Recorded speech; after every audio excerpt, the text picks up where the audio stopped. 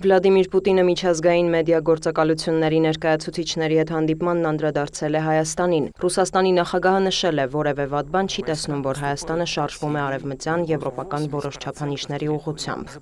Կարծում եմ, յուրաքանչյուր ինքնիշխան երկրի իրավունքն է ընտրել իր համար առաջնահերթ զարգացմանը միտված չափանիշներ եւ գործընկերներ, որոնց համարում է կարևոր անկախության, ինքնիշխանության եւ տնտեսության ամրապնդման համար։ Մոսկվային մտահոգել է Եվրամիությանը Հայաստանի անդամակցելու գործընթացի մեկնարկի մասին օրենքը։ Կրեմլի ղեկավարի խոսքով դա ինքնին արտառոց չէ, սակայն Հայաստանը ԵԱՏՄ անդամ է եւ տեխնիկական մի շարք անհամապատասխանություններ կարող են ի հայտ գալ գյուղատնտեսության, տրանսպորտի, լոգիստիկայի եւ այլ ոլորտների հետ կապված։ Ռուսաստանի նախագահը հավելել է, կցանկանար ինչ-որ պահի Եվրամիության եւ ԵԱՏՄ-ի չափանիշները չտարբերվեին, քանի որ դա կնպաստեր տնտեսական զարգացմանը։ Հայաստանն արդեն օրենք է ընդունել եւ խնդրում ենք մեր հայ գործընկերներին հնարավորինս արագ կողմնորոշվել, թե որ ուղղությամբ են շարժվելու։ Դրանից է կախված ԵԱՏՄ շուկաների կազմակերպումը եւ կարգավորման ձևը։ Մեզ հետաքրքիր է ինչպես կկառուցվի այս փոխգործակցությունը եւ ոչ միայն էներգետիկայի հարցում։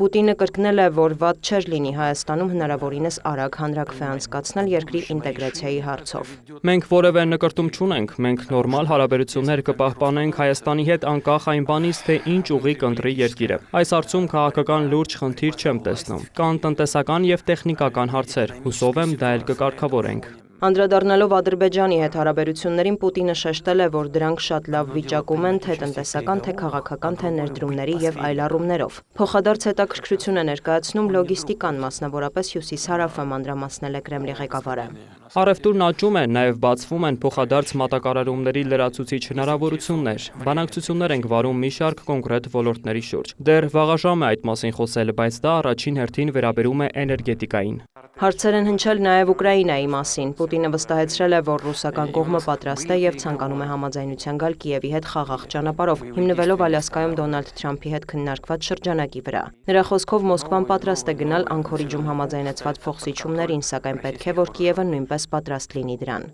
Այդ դեպքում հակամարտությունը շատ արագ հանգուցալուծում կստանա։ Ինչ վերաբերում է բանակցություններ ու միջնորդների հարցին, այստեղ կան խնդիրներ, բայց մենք չենք հրաժարվում շփումներից։ Նրանք կարող են վերցնել հեռախոսը եւ զանգահարել, եթե ցանկանում են, կարող են նույնիսկ գալ։ Ռուսաստանի նախագահը հավելել է, որ երբ գա հնարավոր կարգավորման համաձայնագրեր ստորագրելու պահը Մոսկվան կցանկանա կնքել դրանք Ուկրաինայի նոր ընտրված օրինական իշխանությունների հետ։ Վոլոդիմիր Զելենսկին էլ բաց նամակ է հղել Վլադիմիր Պուտինին առաջարկելով անձամբ հանդիպել եւ պայմանավորվել պատերազմի դադարեցման շուրջ։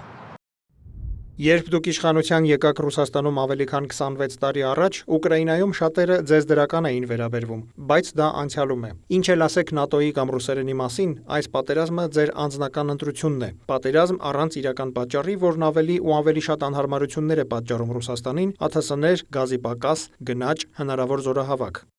Զելենսկին շեշտել է, Ուկրաինան չի ցանկանում անվերջ պատերազմել։ Նրա խոսքով Կիևին նաև անհրաժեշտ են երաշխիքներ, որ հակամարտությունը չի վերսկսվի։ Նախագահն ընդունել է, որ Մոսկվան եւս անվտանգության երաշխիքներ է պահանջում։ Ըստ Զելենսկու այդ գործընթացին կարող են ներգրավվել Եվրոպան եւ Միացյալ Նահանգները։ Ուկրաինայի նախագահը եզրափակել է, այժմ պատերազմը դադարեցնելու հարցում որոշում կայացնելու հերթը Ռուսաստանինն է։